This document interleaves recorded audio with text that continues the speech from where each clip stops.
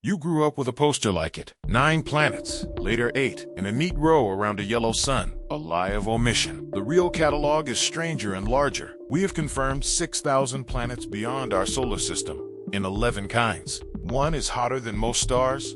One has a face in eternal daylight and a face in eternal night. Billions have no sun at all. In 10 minutes, every world. Start with the kind you are standing on. A terrestrial planet is a world made of rock and metal, with a solid surface you could walk on. In our solar system, there are 4: Mercury, Venus, Earth, and Mars. They are the small ones, huddled close to the sun, built from the heavy material that could survive the heat near a young star, and they are wildly different from one another. Mercury is a scorched, airless ball of iron. Venus is a runaway greenhouse, hot enough to melt lead, with clouds of acid. Mars is a frozen desert with the tallest volcano in the solar system. Only one of the 4 turned out to be a place you could stand outside and breathe. For a long time, we assumed rocky worlds like these were the whole story. They are not. They are the smallest category.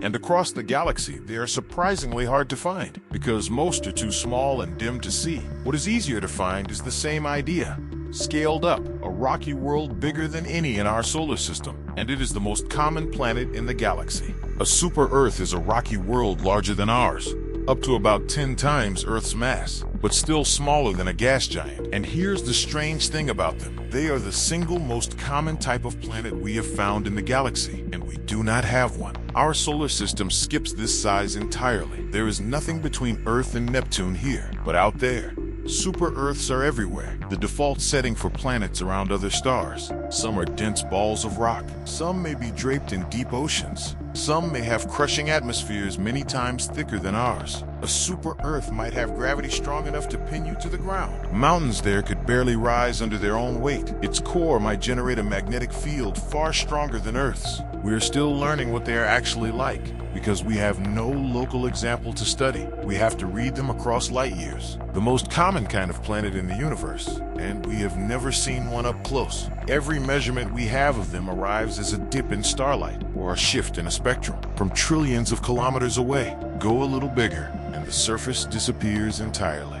A mini Neptune is where a planet stops being a place and starts being an atmosphere. Bigger than a super-Earth, smaller than Neptune. These are worlds wrapped in a thick envelope of hydrogen and helium, probably around a rocky or icy core. There is no solid surface you could land on. Descend into one and you would simply fall through thickening gas until the pressure crushed you, long before you hit anything solid. Like super-Earths, mini Neptunes are extremely common in the galaxy and completely absent from our solar system, and there is a real boundary between the 2 types, found only recently. Planets tend to be either super-Earths or mini Neptunes, with surprisingly few in between. Some process seems to decide early whether a world keeps a thick atmosphere or loses it. The dividing line is called the radius valley, and it is one of the most important clues we have to how planets evolve. Between rock and gas, the universe seems to pick a side. Something appears to decide early whether a young world holds a thick hydrogen envelope or loses it to the star's radiation, and almost nothing survives in the middle ground. And when a world commits fully to gas and ice on a giant scale, you get the outer planets we grew up with.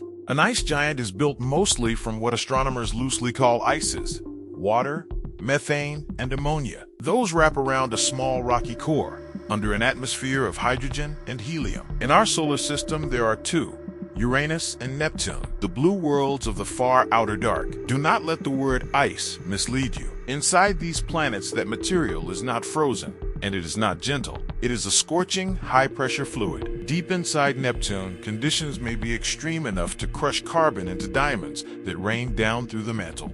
Neptune radiates more heat than it receives from the distant sun, driven by an internal engine we still do not fully understand. It also has the fastest winds in the solar system, over 1,000 miles an hour. Uranus is stranger still. It is tipped completely onto its side, orbiting the sun like a rolling ball, probably knocked over by a catastrophic ancient collision. These are the ice giants, the most common kind of large planet in the galaxy, and among the least understood. And then there are the true giants, the worlds so large they're almost failed stars. A gas giant is a planet made overwhelmingly of hydrogen and helium, the same stuff as a star, with no solid surface anywhere. Jupiter is the king, so massive that every other planet and moon combined would fit inside it more than twice over. Its great red spot is a storm wider than the Earth that has raged for centuries. Deep inside, the pressure is so immense that hydrogen behaves like a liquid metal, generating a colossal magnetic field. A gas giant is a world that came within a whisker of becoming a sun, and didn't. Some sit far from their star, others fell inward and became something monstrous. A hot Jupiter is a gas giant that migrated inward and now orbits closer than Mercury orbits the sun, whipping around in days instead of years, and they get unimaginably hot. The hottest planet ever found, Kelt 9b, reaches around 4,600 Kelvin on its day side, hotter than most stars in the sky. It is so hot the molecules in its atmosphere are torn apart, hydrogen ripped into bare atoms that cannot reform until they drift to the cooler night side. The star is actively boiling the planet away, dragging a comet-like tail into space. A planet hotter than a star, eaten by its own sun. And some worlds are made of even stranger stuff.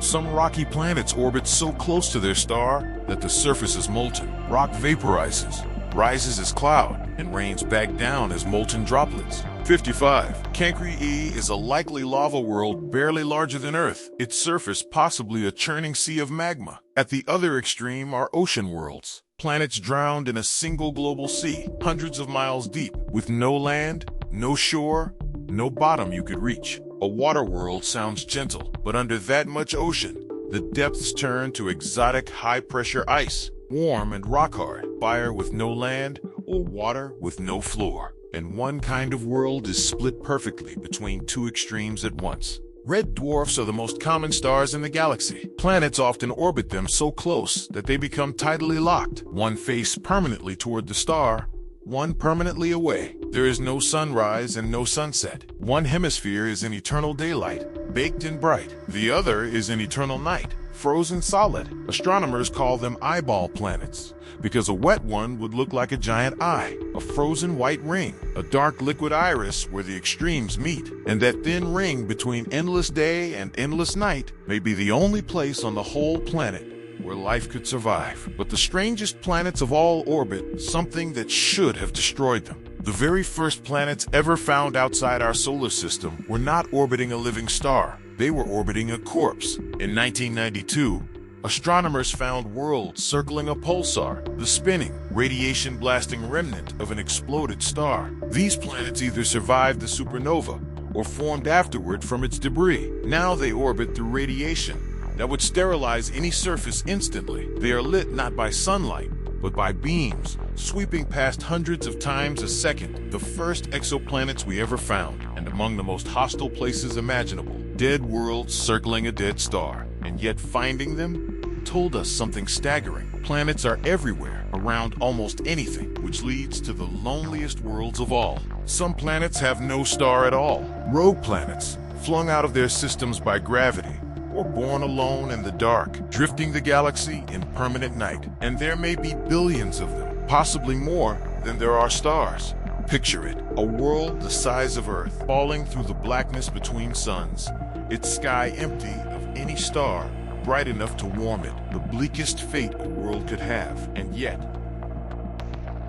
a rogue planet with a thick enough atmosphere, or a warm core, can keep a hidden ocean liquid under a shell of ice. It is heated from within, needing no sun at all. Life may not require a star after all. Some of the warmest, most sheltered places in the universe are drifting alone in the dark, carrying their own private oceans through the night. Which brings us to the 11th type, the rarest and strangest world we know of. A breathable atmosphere, liquid water on the surface, open to the sky, a magnetic shield holding off its star's radiation, a stable orbit, a large steadying moon, a temperature held in the narrow band where oceans neither freeze nor boil for billions of years. Out of 6,000 worlds, we have found exactly one like this. You are standing on it. The most common thing you know, solid ground, open water, breathable air, is, as far as we can tell, the rarest world in the catalog. 11 kinds of planet, rocky worlds and ocean worlds, giants that nearly became suns, a planet hotter than a star, worlds split between eternal day and eternal night, dead worlds circling dead stars, and billions circling nothing at all. And then there is the one under your feet. Not the default, not the ordinary case, but the rarest arrangement we have found anywhere. Solid ground, open water, air you can breathe. That childhood poster showed you home as one planet in a tidy row. It never told you how strange the neighborhood really is, or how unlikely home turned out to be. The next time you look up, remember, you already live on the rarest world we have ever found. Subscribe. Next, every type of moon, including the ones that might hold life.